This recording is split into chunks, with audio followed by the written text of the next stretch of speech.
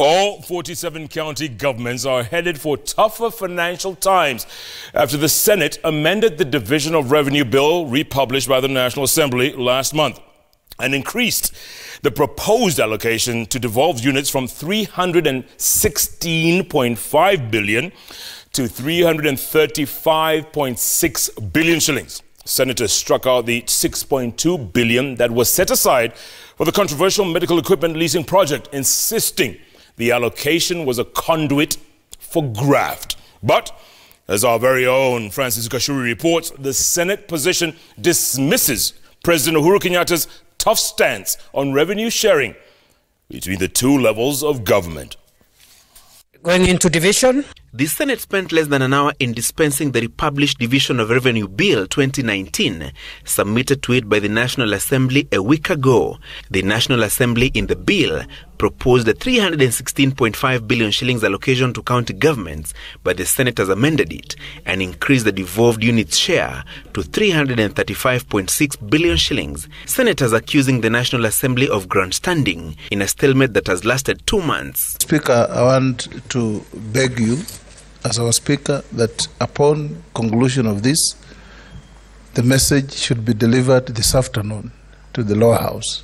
Senators were angered by the National Assembly's decision to trash a parallel bill they passed last month, ostensibly to resuscitate the stalled revenue sharing process that has found its way to the Supreme Court.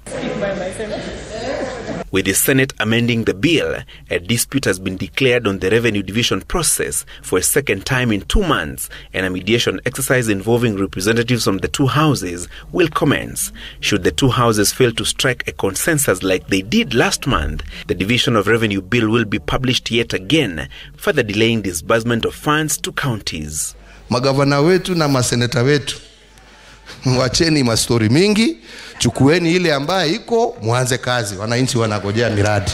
Counties are staring at a financial quagmire, and workers have threatened to down their tools next week over delayed salaries. That industrial action, if effected, will stall operations in counties and paralyze service delivery. President Uhuru Kenyatta has insisted his administration had no more money for counties. Na mimi nasema, kama bunge ama seneti munasema waongezwe pesa, sawa sawa, kateni mishahara yenu, fanya yale mengine, mupatie county pesa. Mimi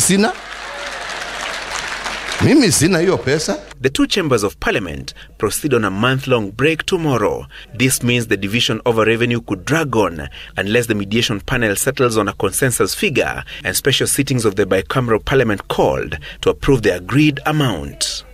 Francis Gashuri, Citizen TV.